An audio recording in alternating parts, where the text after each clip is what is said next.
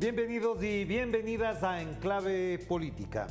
En Ecuador no se encuentra una salida a la crisis política que no es ajena a la crisis de seguridad y a la crisis económica. Para Guillermo Lasso parecería la solución es una consulta popular sobre temas que no se podrán asumir como acciones concretas en el corto plazo. Y es que efectivamente se requieren soluciones inmediatas y urgentes, lo dicen expertos y analistas. ¿Para qué sirve entonces una consulta en febrero del 2023 si la migración y la violencia criminal se acentúan cada día sin respuesta oficial alguna que genere expectativa y esperanza entre los ecuatorianos y las ecuatorianas? Pues de esto queremos conversar con la analista política y académica ecuatoriana también, Verónica Silva, a quien le damos la más cordial bienvenida. Verónica, qué gusto verte por acá. ¿Cómo estás? Qué gusto, Orlando, qué gusto que me invites a este importante programa que pues va dándonos pistas, nos va dando líneas por donde poder asumir la crisis que estamos viviendo ahora los ecuatorianos y también en la región. Gracias por la invitación. Bueno, sin Gracias. duda, como dices, ¿no? Quizás ante la situación que estamos viviendo los ecuatorianos, pues no nos sorprendería este llamado a consulta popular, ¿no? Un baño quizás de popularidad para el mismo gobierno debería ser ante estos momentos algo como una salida, ¿no? Pero yo diría quizás más que eso, lo que los ecuatorianos debemos tener claro es qué origina la crisis que estamos viviendo. Sí, cuando no tenemos claro quizás el diagnóstico, las salidas como las que está tomando el presidente, pues no van a ser las más adecuadas. El problema en nuestro país, Orlando, es que si seguimos viviendo sí, bajo un régimen político oligárquico. ¿Sí? ¿Y qué quiere decir esto?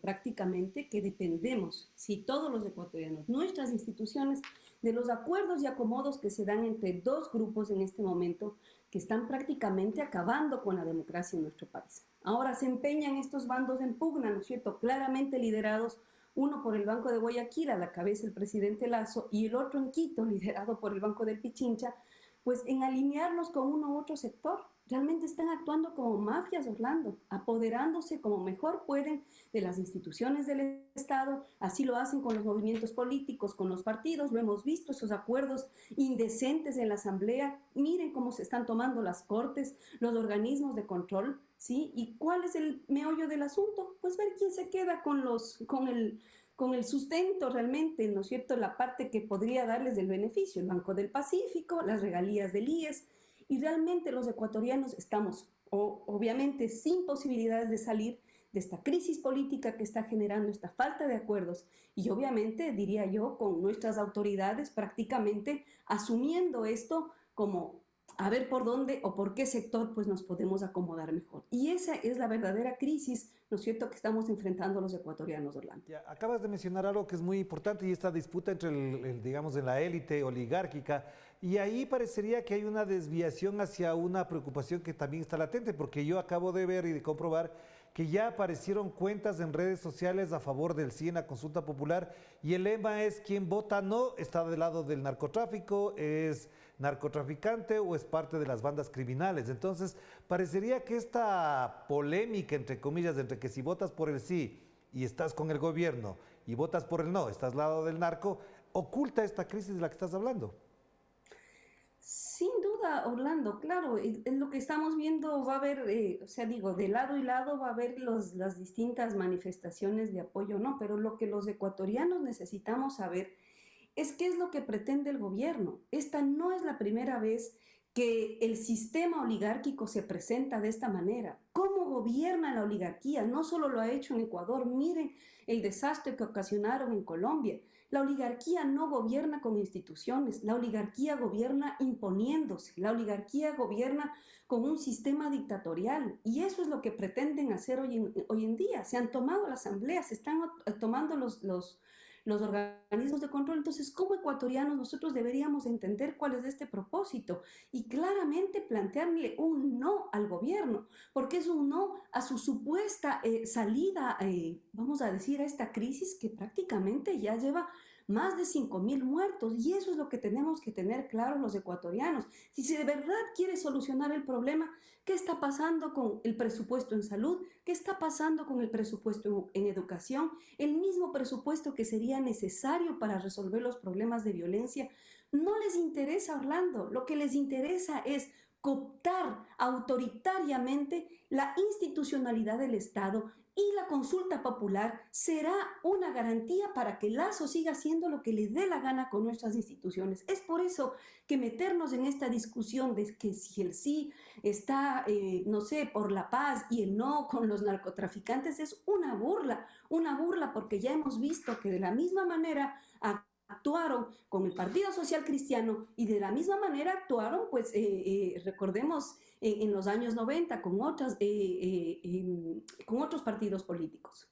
Pero entonces ahora, Berito, esto es clave porque una buena parte de nuestra comunidad de Telesur en América Latina estará preocupada diciendo, bueno, claro, es un acto democrático, una consulta popular, se les dice a la gente que se pronuncie sobre temas, el presidente ha sido rechazado en 2 de las preguntas que se planteó inicialmente, el ministro de Gobierno ha regresado a la Corte Constitucional para que le validen otras preguntas. En el fondo, ¿qué quiere el gobierno? ¿Para qué apunta una consulta popular que sabe que incluso si lo midiéramos en términos de popularidad la tiene perdida porque la gente no le cree en más del 83, 85% de los sondeos de opinión? Y por otro lado, como decía al principio, los problemas de fondo no se resuelven vía consulta popular porque son decisiones gubernamentales y para eso se le eligió como presidente de la República. ¿Qué quiere entonces?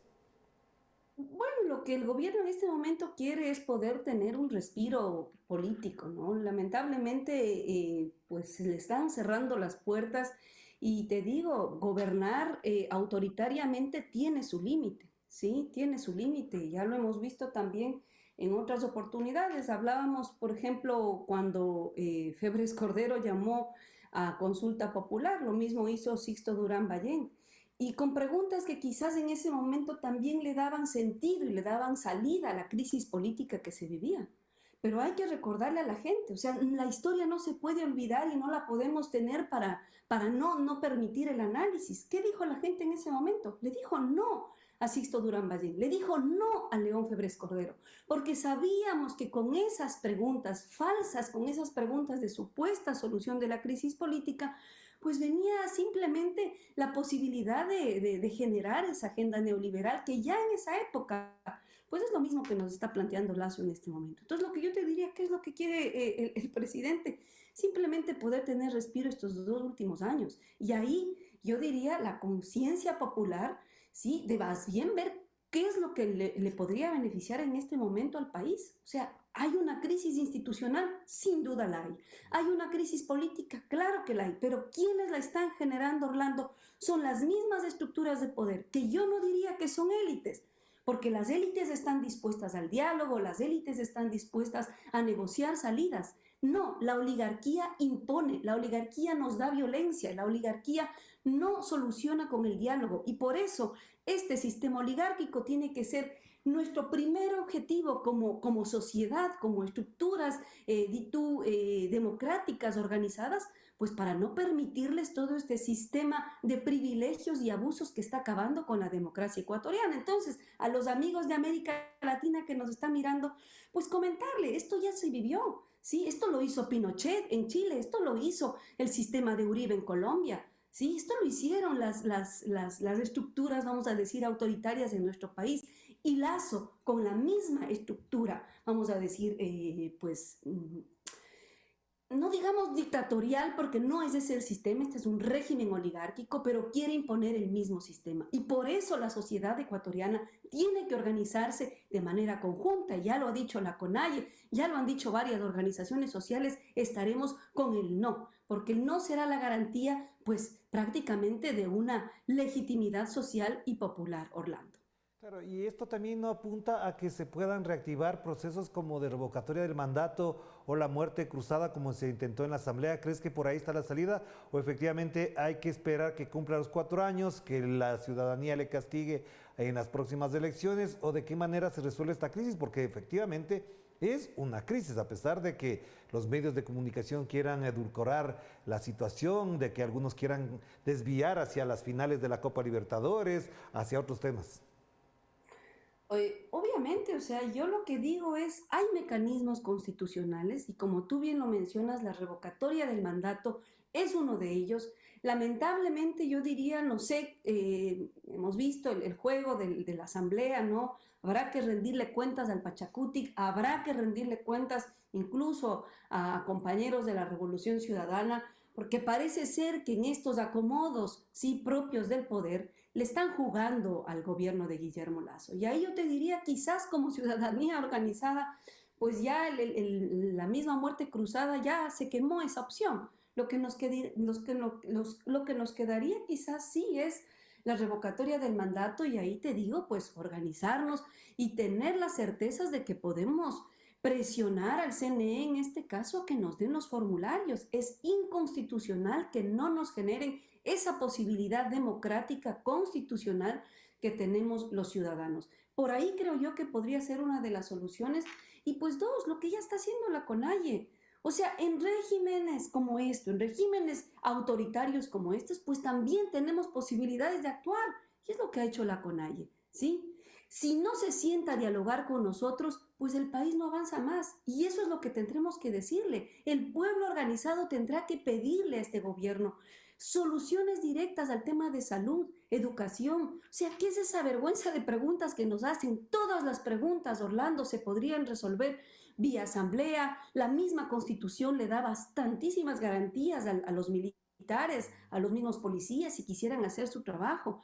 Esto es una burla para los ecuatorianos y por eso es que en este momento lo que tenemos que ver es otro tipo de soluciones y decirles a las organizaciones que nos representan que si de verdad quieren asumir ese compromiso, pues tenemos aquí a ciudadanos que estamos hartos de este modelo y que bien podríamos asumir una convocatoria nacional, general, donde podamos pedir esta revocatoria del mandato. No más diagnósticos, Orlando. Los diagnósticos están.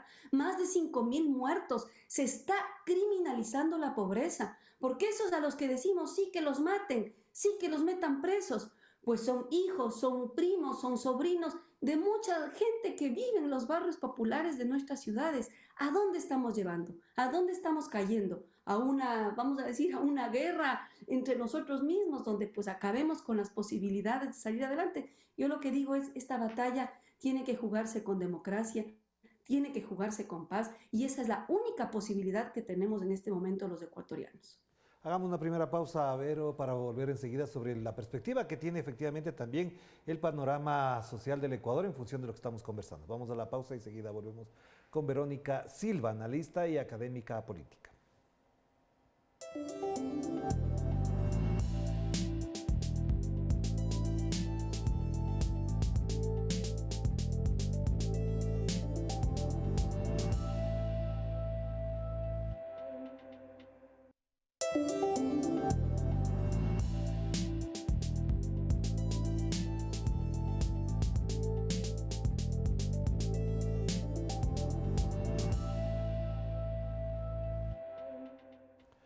Estamos de vuelta aquí en Clave Política, seguimos conversando con la analista política y académica también universitaria, Verónica Silva, a quien le consultamos ahora. ¿Crees que efectivamente, Verito, se ha roto ese clivaje político o mediático en el que se ponía a correístas y anticorreístas como el gran conflicto de la política ecuatoriana? Yo te diré que para mí esa es otra trampa más, mi estimado Orlando. Sí, o sea, lamentablemente creer que la política se dirime entre buenos y malos, traidores, no traidores, blancos y negros, es acabar con la posibilidad real de hacer la política, no solo en el Ecuador, a nivel general. ¿Sí? Lo que estamos viendo en nuestro país no es correístas, anticorreístas, es un modelo oligárquico que está acabando con las posibilidades ya de vida, sí, que está acabando con nuestra educación, con nuestra salud. Así que yo diría, aquellos que siguen asumiendo ese discurso, pues yo creo que se irán consumiendo. La gente no es tonta, Orlando, no somos ingenuos. Lo que queremos es soluciones y quedarnos en ese discurso prácticamente nos limita las posibilidades de salir. Yo te digo, hay una propuesta clara que nos ha hecho el movimiento indígena, que ha sido la única organización social de nuestro país capaz de parar 18 días, ¿sí? No necesariamente en función de sus intereses. Si vemos todos los puntos que ha propuesto la CONAIE y el presidente Leonidas Issa, para resolver los problemas de los ecuatorianos, pues todos ellos son demandas populares. ¿Y cómo se hizo? Más allá de estas, vamos a decir, de estas etiquetas que nos quieren poner para disolver la posibilidad real de hacer la política. La política se hace proponiendo, la política se hace efectuando realmente soluciones. Yo te digo, para mí eso no está ya, no es más parte del escenario, es quizás más un discurso que están utilizando ciertos actores para legitimarse entre ellos, pero la gente ventajosamente no ha caído en ello y esperemos que las elecciones que se vienen también sea una posibilidad de salir de esa, vamos a decir, de esa imposibilidad política que nos ha dejado esta clase política. Ya, pero te mencionaba este clivaje porque efectivamente acabas de mencionar un tercer actor ahí que quizás está rondando que permanentemente en el análisis político y tiene que ver con el movimiento indígena y no solamente con la CONAIE, porque el movimiento indígena se amplía mucho más. Y te mencionaba esto porque efectivamente la FENOCIN ha anunciado nuevas protestas y movilizaciones porque no están satisfechos con el acuerdo con el gobierno y con el resultado de las mesas técnicas. Si se producen nuevas movilizaciones, ¿dónde queda el movimiento indígena con respecto a la situación política del país? Tomando en cuenta que incluso muchos sectores se han alejado diciendo que en las mesas de diálogo tras la protesta prácticamente se diluyó la posibilidad de un cambio mucho más de fondo y trascendental para la sociedad ecuatoriana. ¿Por qué te digo esto, Orlando? Es de alguna manera, porque si no tomamos en cuenta cuál es el objetivo real, ¿sí? De lo que quiere el gobierno, podríamos caer en estas trampas, ¿no? Y tú en estas trampas más de lenguaje. Lo que el gobierno quiere en este momento es cooptar la institucionalidad lo más que se pueda, ¿sí? Y podernos dejar a los ciudadanos sin legitimar nuestra lucha. ¿Qué ha hecho el movimiento indígena? ¿Qué ha hecho cuando tiene una asamblea que no responde a nuestros intereses? Cuando tienes canales de control que no responden a nuestros intereses? Pues hacer, di tú, el acto básico de las democracias, que es la protesta, que está garantizada en la Constitución. Entonces, más allá de estar de acuerdo o no en la protesta, es decir, cuáles son las salidas reales que tenemos los ecuatorianos. Y aquí en el Ecuador, como en América Latina, la única posibilidad que hemos tenido es precisamente la protesta, ¿no es cierto? Decirle al régimen en este momento, esto no va más. Y si esas son las únicas salidas que nos está dando el gobierno de Lazo, créeme que no será solamente la FENOCIN, serán varios sectores sociales los que aunemos esfuerzos para que existan los paros que sean necesarios, pero que esto no puede continuar así. Y por eso, perdóname un minuto ahí, decirte por qué es importante que la gente comprenda cuál es el problema del asunto, porque cuando esta crisis política que estamos viviendo es la imposibilidad del encuentro entre estas oligarquías que tenemos, pues sin duda esa crisis nos da salida a los ciudadanos, nos da salida a los grupos políticos. Es posible generar procesos revolucionarios a través de esas crisis que ellos están viviendo. Claro que sí, Orlando. Y el 2006 los ecuatorianos ya vivimos algo parecido. Fue quizás la única vez, ¿sí? La única vez donde la ciudadanía organizada logró imponerse ante un modelo, sí, en ese momento oligárquico, y tuvimos una salida fuera de esos grupos. Ojalá se pueda repetir lo del 2006, ¿sí? Donde fuimos varias las organizaciones sociales, los ciudadanos, ¿sí? Que logramos imponer una posibilidad diferente de salida a la crisis. Hoy yo creo que podríamos estar en un momento como esos si la madurez de nuestros actores políticos lo permiten, y ahí yo vuelvo a darle pues la voz al movimiento indígena, que ha sido quizás el actor más importante en los últimos años de nuestro país.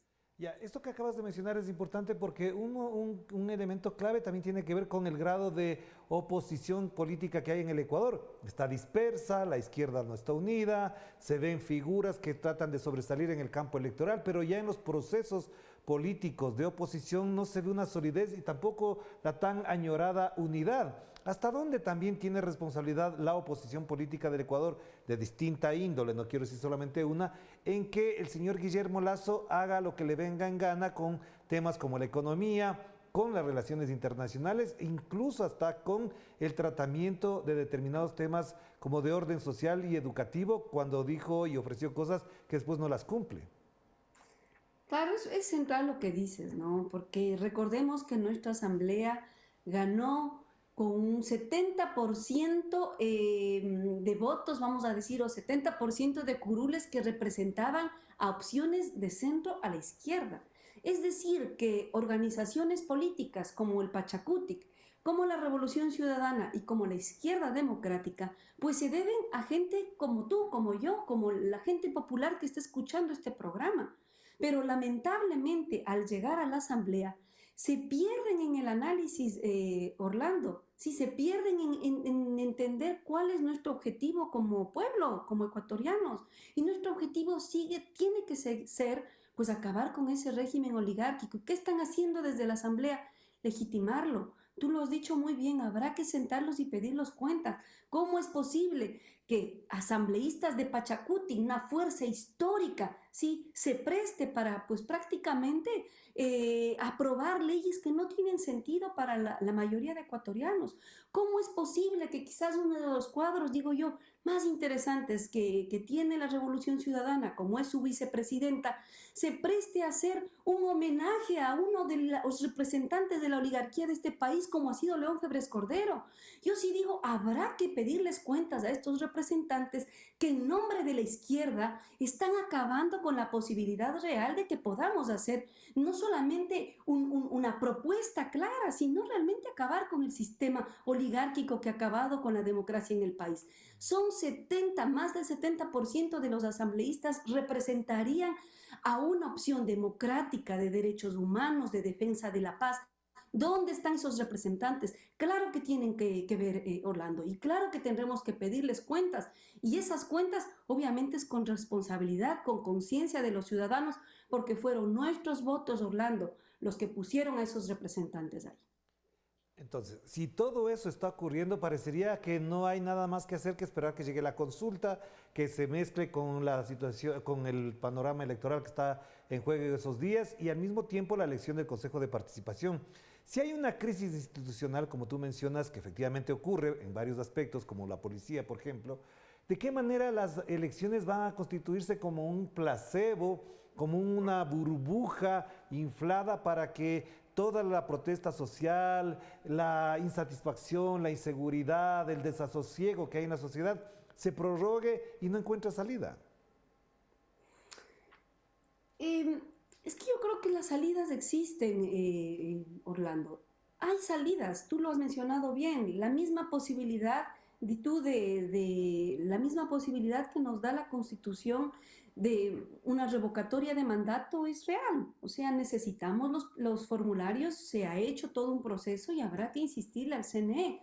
Ahora, yo te digo, realmente en el contexto en el que estamos, si bien esas opciones cada vez se reducen más, pero también depende de nosotros como ciudadanos. ¿Dónde está la organización que podría permitirnos, sí, mayor fortaleza al momento de exigir, sí, esas prerrogativas ciudadanas? Yo creo que también depende de nosotros y en este momento, pues convocar a una gran movilización ciudadana. O sea, se están robando el dinero de los ecuatorianos. Digo, de la noche a la mañana para los mismos policías les desaparecen 900 millones de dólares. O sea, imagínense en eso lo que es, ¿no? A la policía y no hacemos nada, ¿sí? Están queriendo acabar con el IES y no hacemos nada. O sea, digo, es necesario que la ciudadanía también despierte y no salgamos con criterios, digo, tan básicos de otra vez un paro nacional. Que vengan los paros que sean necesarios, Orlando, porque si no lo hacemos desde la democracia y desde la posibilidad, ¿no es cierto?, de generar estas salidas, pues simplemente la oligarquía se impone no solo 30 años, 60 años, como lo ha hecho los últimos años en Colombia, como lo ha ocurrido en Chile o como ha ocurrido en otros países. No, me parece que no es claro cuando vemos a este gobierno como un gobierno debilitado. No es un gobierno débil, Orlando. Nos estamos enfrentando quizás con uno de los grupos más poderosos de la oligarquía de nuestro país. Y eso los ciudadanos debemos tenerlo muy, muy en claro. Para enfrentarnos a esa oligarquía, lo único que podemos hacer es generar lo que tú estás diciendo, estas posibilidades que tenemos en organización, ¿sí? Y pues yo diría, subiendo la misma constitución.